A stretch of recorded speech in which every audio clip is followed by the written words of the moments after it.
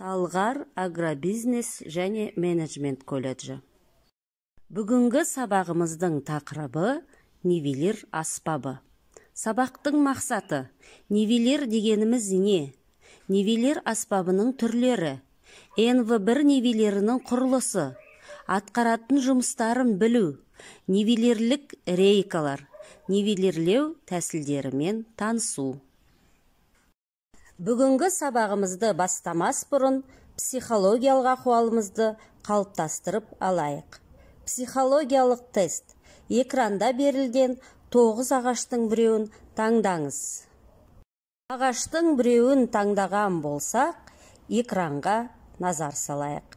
Әркім өз мінезінің қаншалықты деңгейде екендігін білгеннен кейін, Абай атамыз айтқандай, жақсыдан үйреніп, жаманнан жиреніп, жаман қасиеттерден арыламыз деген ойдамын. Нивелир екі нүкте биіктіктерінің айырмашылығын анықтауға арналған геодезиялық аспап. Көлденең нысаналау сәулесімен осы нүктелерде тік орнатылған рейка көмегімен қолданылады. Нивелир аспабының түрлері. Қазіргі заманғы нивелирді 3 түрге бөлуге болады. Біріншісі цилиндрлік деңгейлі, екіншісі автоматты түрде қалыпты жағдайға келіп тұратын, үшіншісі микропроцессорлы электрондық нивелирлер. Цилиндрлік деңгейлі нивелирлер 3 негізгі түрге бөлінеді.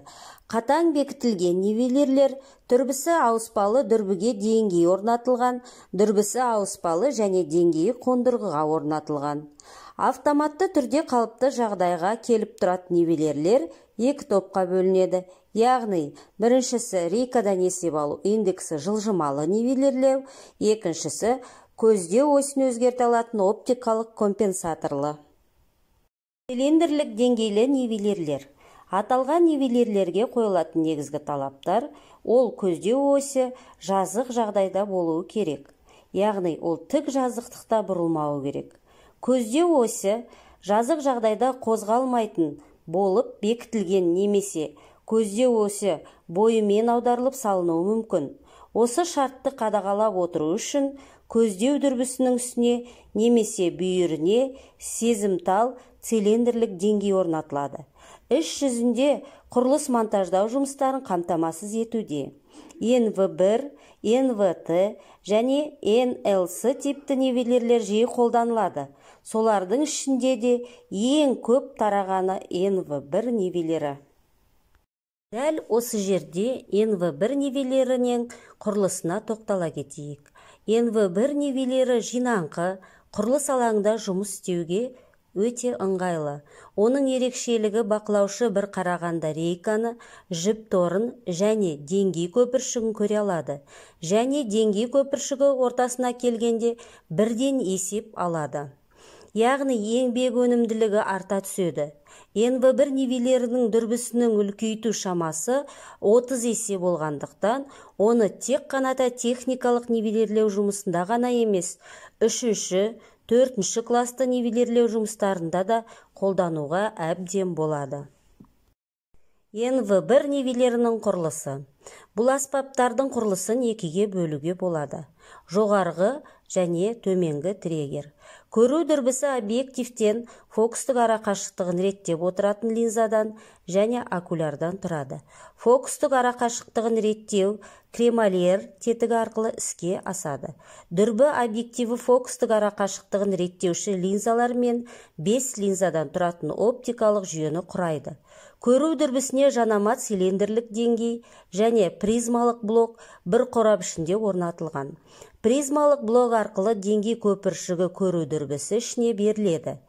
Трегерлердің жоғарғы жағы аспаптың тік осі ретінде дүрбінің арқылы жалғасып бекітілген. Трегерден жоғарғы дөңгелек цилиндр орнатылған. Дүрбі орнатылған тұрақта бекітіп, босататын бұранда, бағыттаушы бұранда тетік және эволюциондық бұранда тетік орнатылған. Трегердің төменгі жағында серіппелі пластинкаға қондырғылар 3 көтергіш бұрандасы бар. Сабағымызда қарастыратын келесі сұрақтардың бірі нивелирлік рейкалар. рейканың құрылысы. Техникалық және 3-4 кластық нивелирлеу кездерінде әртүрлі рейкалар қолданылады.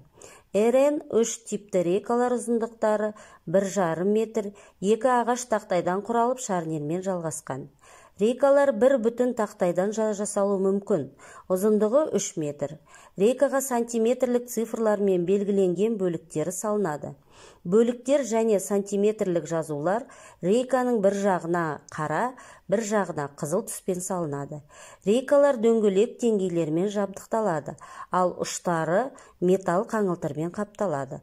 Техникалық нивелирлеуде көбінесе 4 метрлік жиналмалы РН4 типті рейкалар қолданылады.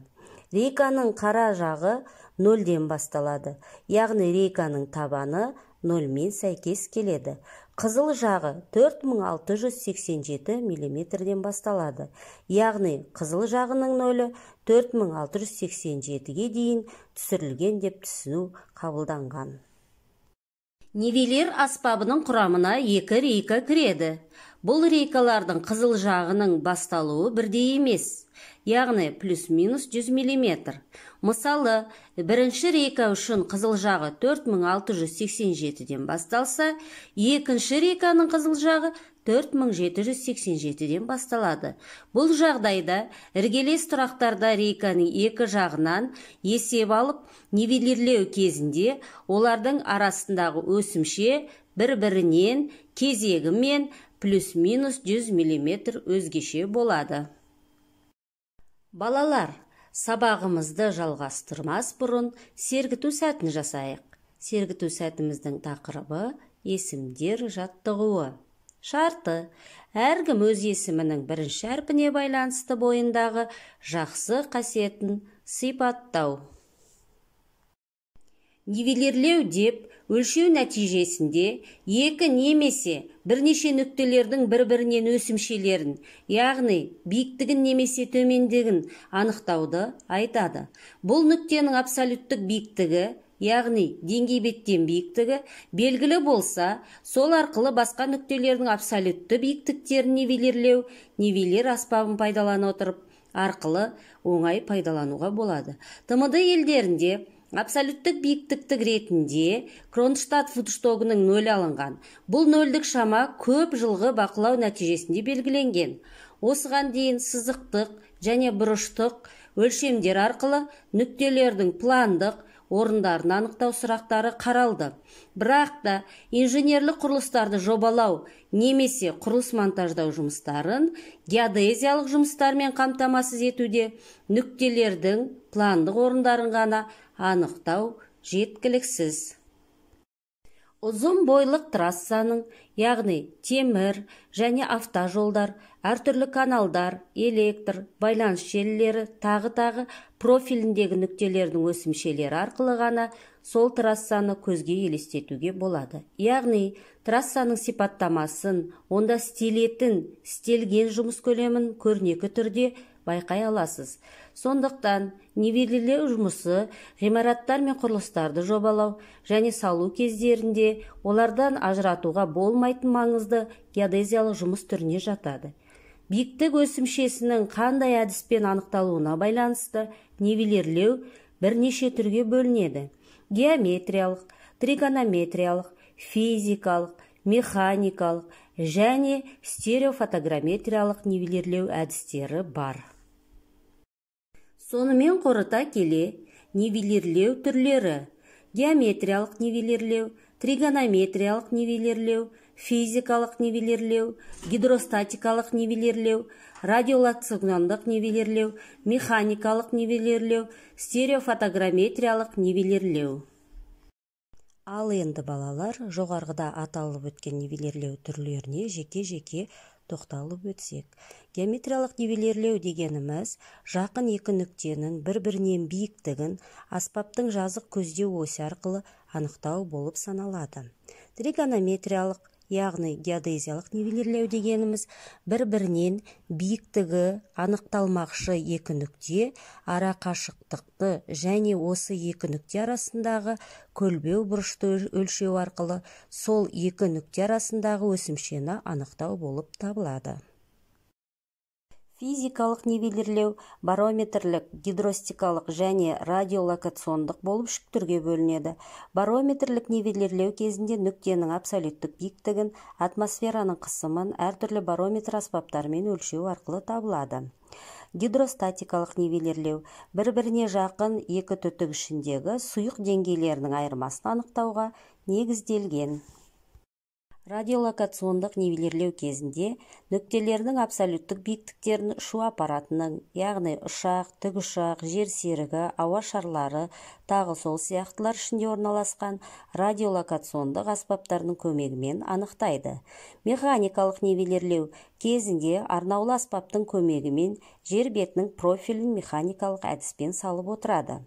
Стереофотограмметриялық нивелирлеу кезінде жер бетінің аспаннан немесе жер бетінен түсірілген екі егіз суреті арқылы жаздық координаталармен бірге салыстырмалы биіктіктерін анықтайды. Ал балалар, бүгінгі алған білімімізді тексеру үшін дұрыс және бұрыс кестесін толтырайық. Яғни шарты: мен сұрақтарды оқимын, сіздер дұрыс немесе бұрыс деп жауабын жазып отырасыздар. Бірінші сұрақ: нивелир аспабының қазіргі құрылыстарда еш қажеттілігі жоқ. Екінші сұрақ: нивелир горизонталь бұрыштарды өлшеуге арналған аспап. Үшінші сұрақ: нивелирлеудің 7 түрі бар. Төртінші сұрақ: геометриялық нивелирлеу мен тригонометриялық нивелирлеудің айырмашылығы жоқ. Соңғы сұрағымыз 5-ші сұрақ: пирамидалар 3-4 қырлы штатив түрінде болады және олардың биіктігі әдетте 5-10 метрге дейін жетеді. Ал жауабымызды тексеретін сәт келді. Бірінші сұрақ: дұрыс жауабы бұрыс. Екінші сұрақ: бұрыс. Үшінші сұрақ: дұрыс. Төртінші сұрақ: бұрыс. Бесінші сұрақ: дұрыс. Жазған жауаптарыңызды тексеріп көріңіздер. Үйге тапсырма. Бірінші тапсырма: бүгінгі тақырыпта ақпарат көздерімен толықтырып, конспект жазу. Екінші тапсырма: берілген термин сөздері бойынша глоссарий жасау. Үшінші тапсырма: интернет желісінен тақырыпқа сәйкес видеороликтерді көріп, ссылкасын жіберу. Төртінші тапсырма: тақырыпқа сәйкес тест сұрағын, яғни 5 сұрақ құрастыру. Жоғарғыда көрсетілген тапсырмаларды орындап, Classroom платформасына жіберіңіздер. Келесі кезекте бүгінгі сабақты түсінгендеріңізді бағдаршам әдісі бойынша бағалаңыздар. Балалар, экранда бағалау критерийлері көрсетілген. Осымен сабағымыз аяқталды. Сау болыңыздар.